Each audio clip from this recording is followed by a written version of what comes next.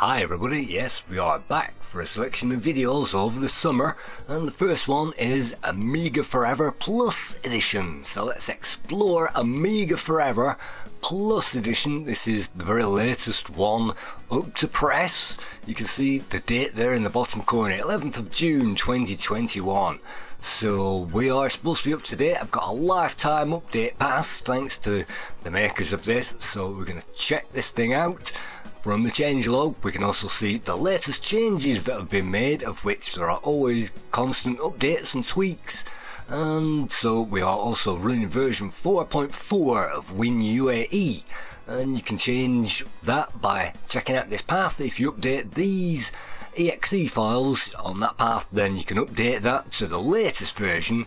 We're definitely expecting a new version of WinUAE to come out very shortly. So that's how you get this all modernised and all up to date. And Amiga Explorer comes with a number of menu options on the sidebar. The first one is the systems, where we can check out all of the systems that are available on this install package. That includes AROS or AROS or Amiga ROS, whatever that is. We can load that up, and it will take some time to download that from the internet, so let's just speed up that process, download that and install it. And that means that we can now run, hopefully by double clicking on that or pressing the play icon in the top corner, we can now run that installation. You can see it's a Wanderer installation, and this is AROS or AROS, and you can see all of the files are already in there. I've never actually seen this package before. It looks pretty Mac-like with all these 90s like grey options menus. So let's just have a look around whilst we're here. I've no idea what any of this stuff does. Boot, will probably boot the system. Eye control, menus, all this seems pretty mind-boggling to me, so I've no idea if any of this is actually going to work. But if you want to mess around with AROS and check out all this stuff, it's definitely there for you to play around with. And all of the systems that you find in the systems tab are basically there to play around with. Some of those are read only, but you can change those to read write with the protection tab. And also if you click on edit as well, you can change it to read only. You can see it's set up as AROS, the system. It's a third-party solution, and we are, well, that's the preview JPEGs. You don't need to worry about any of these. It's set up to AROS, and you can see it's set up in its own directory, which is built in read and write. And you can click on edit from here to change that to read only if you want that to be read only, and that's the location basically of that directory built in to this installation package, of which you get a download, I think, and then you can upgrade from there. And then the second tab option is, of course, needs no introduction, it's the games. So let's check out what games we have in this huge directory, and these are just the free games that come with the install, and we'll be moving on to how to install those. You get Aerial Racers, which is kind of Skidmark's clone, a demo of Amiga PD, the Great Ants, Masses Against the Massive that we've seen already by Mark Sheeky, the Unforgettable Arkanoid, Astro Marine Corps, and Black Viper, which is kind of Lotus on a bike. We also get Blasteroids, of course, another classic, Char, which is kind of Tank's clone, and you can also see, well, Deluxe Gallagher, of course, but Datastorm is probably the ultimate Defender clone on the Amiga for classic Amigas.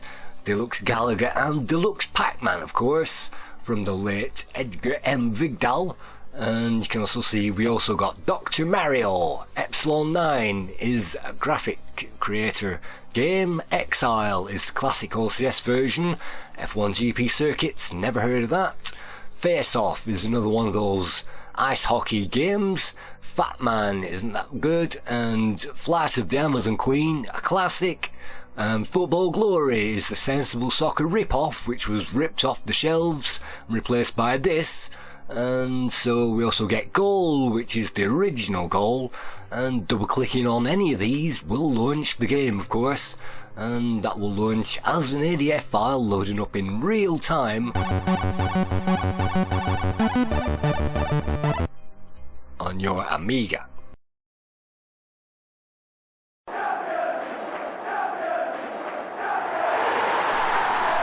You can see we've loaded Dino and Dini Productions, and people might remember that introduction music. It's Goal, the fabulous Goal, and yes, this is loading from the disk drive, and you can switch on the turbo mode as well to make that run even quicker. Once you've got a game loaded, then you can even change that screen ratio ×1, ×2, even ×3 sometimes, or you can have that full screen mode, which automatically makes that full screen widescreen on this setup that I'll be showing you a bit later on how to change that. And you can switch that off as well by holding down the escape key, and that will bring up that menu. You can even take snapshots of that screen any point, and you can also save those snapshots. You can save those to a clipboard, and you can even post those directly to Twitter from this option. So that's games running. What else have we got? Gotcha, which is I think a demo, Hammerboy, which is PD, Hannibal, which is fantastic, and I actually continued from my play of Hannibal, which is in the backers section. Hideous, which is a Zamzara ripoff. Hilt and Hilt 2 have high reputation. Hyperion, and that was a virus clone. We also get all of the Kickoff games, including Kickoff 3, Kickoff 96, and Kid Pool, which is a 3D pool game. Leading Lap MPV that we've played already, and Lethal Formula, that's another graphic arcade game type point and click adventure creator game. And Lethal Access, which is a fantastic game. I can't remember whether we've reviewed that or not. And Lost Dutchman Mine is a classic. Lure of the Temptress is a classic. And we get, well, it's a mixed bag. And Mega Ball is a classic. What else we have? Mind Walker, original Commodore release from 1986. Bill Williams, the late Bill Williams. Nippon Safes is a classic. Pinball Obsession is somewhat of a classic. Over the Net is one of those beach volley clones. And Pac-Mania is a classic. We've also got all the player manager games, which are classics.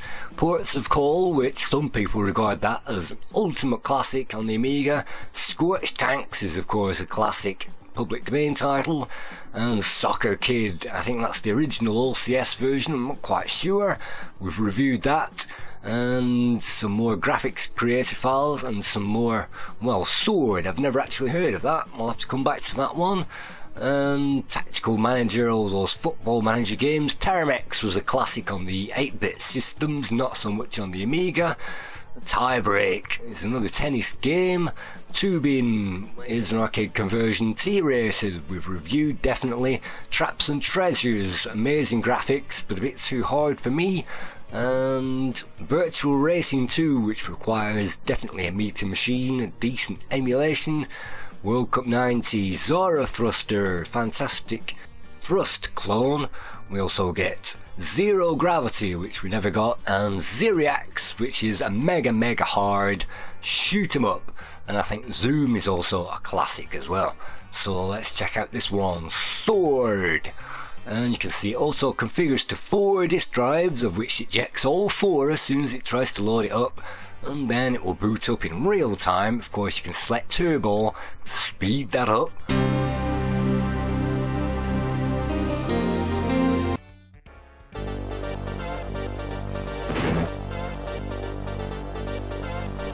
Sword is a platformer, and this is the very first time I've ever seen this game. You might see mines dropping on our heads, and you can see some bees as well floating around, and some collectibles. Ow. Unfortunately with this game it's a one-hit kill, no matter what we hit and no matter what kills us, so we'll have to destroy all of these if we want to survive in the level.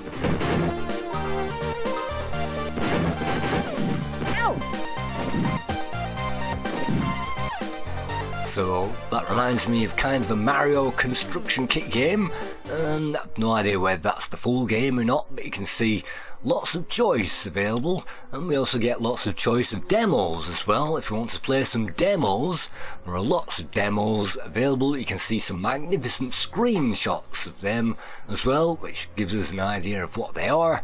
And Lotus, you can see that's the 96K version, and that's a full game, which is Lotus redone in 96K, which happens to be in the demo section.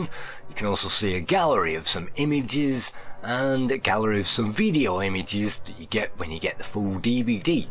So here we are back at the games section. All of these are ADF files which are included with the package, and if you have any of your own ADF files you can also add them as well using the RP9 toolbox. The games download doesn't actually do much. The launch UAE simply launches WinUAE from wherever you've installed that, and it's the RP9 toolbox which comes in handy because it analyses anything including hard disk files and things like that. It will even archive DMSs and Q files from CDs. We want to convert those to RP9, which is the internal format of Amiga Forever, and use the internal library as well. We can select a source wherever we've installed a load of ADF files, and this is where I've installed loads of ADF files on my computer, as well as subdirectories of those, and I think use player directories. I think destination is auto default to Amiga Forever. So if we start that task, it will analyse the entire directory and find all the ADFs in there, including the blank disks. So if we stop that and close it, what we'll find is all of those ADFs have now been linked onto this database. Unfortunately, they don't have any screenshots, because those screenshots, well, they don't know in advance which games you want to actually upload. So you can see Buildyland there, Arcade Pool, Exile is there again, F1, Frontier, Elite 2, and Gladiators, which is actually unfortunately the Gladiators that were reviewed in our last series of summer specials, which was the Roman specials. And that definitely reminds me of last summer when it was a Roman holiday, and I really did enjoy myself recording all of these Roman games.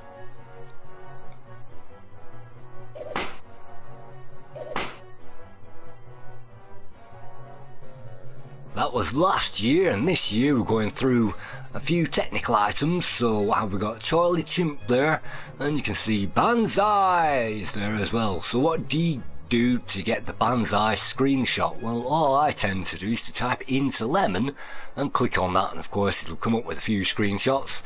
So let's not go with the boring title, let's choose something a bit more interesting. Click on that and it'll blow it up to full screen. Then you can right click on that image and save as that image to our hard drive, and then having found that in our hard drive, we can then, well, we can bring that up in directory Opus, and we can then drag that across.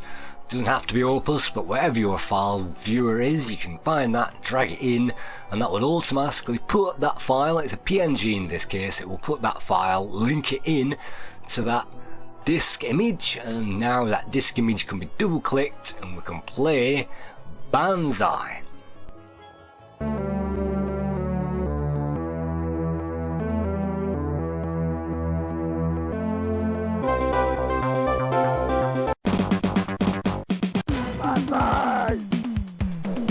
Start of the game, you'll have to pick up a rifle, press that spacebar to toggle between that, and Banzai is a fantastic commando shooter that I'll be covering if I ever get to 8k subs. That's going to be my 8k sub special, so that's why I'm putting this out, because there's been a lot of unsubscriptions recently, so let's carry on checking this out. So those are ADFs that we've just installed into this package, and if we want to install WHDload games, you can actually install those from a package on our hard drive. And if we right click and click on new, we can set up a new package, so we can set up a game from here or a WHDload. So the general just tells you what it is, you can call it any name, the details don't matter, the extras don't matter, and in the configuration it's important to change that to WHDload configuration. We can also change the CPU from here, have it more or less compatible as well, and put the JIT on as well if we have a nice fast CPU. And so these things are only cosmetic. You can leave those as standard if you want to play a standard game using WHDload. You can see you can also change our PAL and NTSC mode from here as well. And so that's basically set up. And media, well, if we want to set up our floppy drives, we can do it from here. We can switch on DF1 if we really want to do that, as a high density or a double density disk drive, and also the other 3 as well. And CDO, we can select that, switch that on from here if we want, and also select silent if we don't want the disk drives to be constantly clicking. Definitely have that on. So there is a few built-in disks which are built into the package. We can also switch on our PC hard drives from here as well if we're using Workbench. That comes in handy. And we can also enter a directory from here as well. We can set a floppy disk image, a hard drive image, a CD-ROM image, or even a directory. And what I've done, what I always have done, is installed my Amiga files onto a plain directory onto my hard drive. Let's find that C drive Amiga. From here we've got our Amiga HD, the Amiga ADFs that we found, and also a Workbench drive, and in there's just simply all the Workbench files installed on our PC, so no fancy file systems have to be employed. That's simply there. You can see all of the versions of Workbench up to 3.9, so we can select those, and from here we can select also the drive type and the drive name and the boot priority as well. And well, that's also bootable. We can select boot priority of 1, and that's already been configured in WinUAE, so that'll boot up from DH0, and we can see that that's a read-write file as well, and that's bootable. And that basically will boot Workbench 3.9 off that drive, off that installation on our PC hard drive. So let's select another directory. Let's return back to the same place on our Amiga, and Amiga HD contains all of our files, our usual files that we have on our Amiga. That's simply a path on our hard drive, and again we can change those defaults. We can change the volume, which should really be files, I think, in my case, and the device name DH0, DH1, and also changing the boot priority means it's no bootable. So we can boot from this Workbench, and our second drive should be our files in this case, as long as we've remembered to select WHDload as the option. So this is one I've set up earlier on. Let's edit that. You can see it's called WHDload, and details really don't matter, and extras, they really don't matter. The configuration is a standard 020. I've set that to model WHDload, which means that'll load up WHDload in this package, and it'll try to boot that. And you can see Workbench 3 is standard on this, so let's just have that as a standard Amiga 1200 setup. We've set up our video display as well from here, and you can see it comes with a number of built-in drives as well, and it's got Workbench 3.1 built in, but what we've actually selected are the drives, the directories, Amiga HD and Workbench. I've simply swapped those around. And so we've got DH1, which is our boot drive, which is essential because that's how I've set it up in WinUAE. So having installed those hard drives, and we've installed the Workbench 3.11 disk as well, just to show you that you don't have to do that, and that means that it boots up just as normal. We've got our normal Workbench here, our usual Amiga HD, which should be called files, and Amiga 3.1, which was included in this package. So if you haven't got 3.1, you can now copy those across to a blank drive and install that from here using that in our thing. And AF application, I've no idea what that does. It's another drive, and so you can't remove that drive either for some reason. So let's select another directory. Let's choose the install where we've got this installed to, and select the ROMs directory, and from there we can inspect the ROMs which have been supplied on this installation. Let's run that again, and because I've changed the drive names and the drive order and things like that, it's starting to panic and say I can't do this and I can't do that. That's absolutely fine. All we need to do is load Workbench and it should load up. You can see a different ROM type there because we're loading up from the Cloanto official ROMs, even though that says 2017. You can see our hard drive has loaded, and the ROM directory has loaded as a separate drive which contains all of the official ROMs and all of the extras from all of the Amiga systems, which we can now copy to our hard drive, our devs directory, devs, ROMs, whatever that is, to set that up. And so we can now drag and drop those onto our installation, and simply WHDload takes care of those, as we've seen in our WHDload installation guide. You can see, clicking on the options, we can change the skin of this package using this, and the options aren't really important except for the emulator options. You might want to change the scaling and subpixel scaling. You can see integer scaling will maintain the aspect ratio, and that's what you want if you want proper 4:3, but it won't auto stretch. So if that's in NTSC compatible, unfortunately that's what you're gonna get. So that's how to set up this application, and all of those things are on it. You also get extra menus as well. We can have a look at extra tools and extra viewing options. So let's have a look at the tools. First of all, you can see all of those listed out on the screen, and from the ROM toolbox we can select whatever ROM that we like which is in this package, and it will also find that and also put those parameters in. And then from here we can choose our output folder, whatever output folder that might be on our hard drive or anywhere we like, and then we can write that, and that will write that ROM to that destination file. So we can even install Amiga ROMs onto our hard drive from that, just write them in there. And so you don't have to copy the internal ROMs, you can do it that way if you like. And checking out the modes, of course we can have boring old column mode if you want to see those in a column. You can see this one, I think it's called arcade mode, where we get a visual representation of everything that we've got installed. That will auto select the last one that we had installed in whichever mode option that we selected, and we can even change those and select those by the letter as well if you want to flick through by the letter. But of course I prefer the classic way of viewing these with the tiles, and that gives us a kind of a lemon Amiga tiles outlook. Thank you.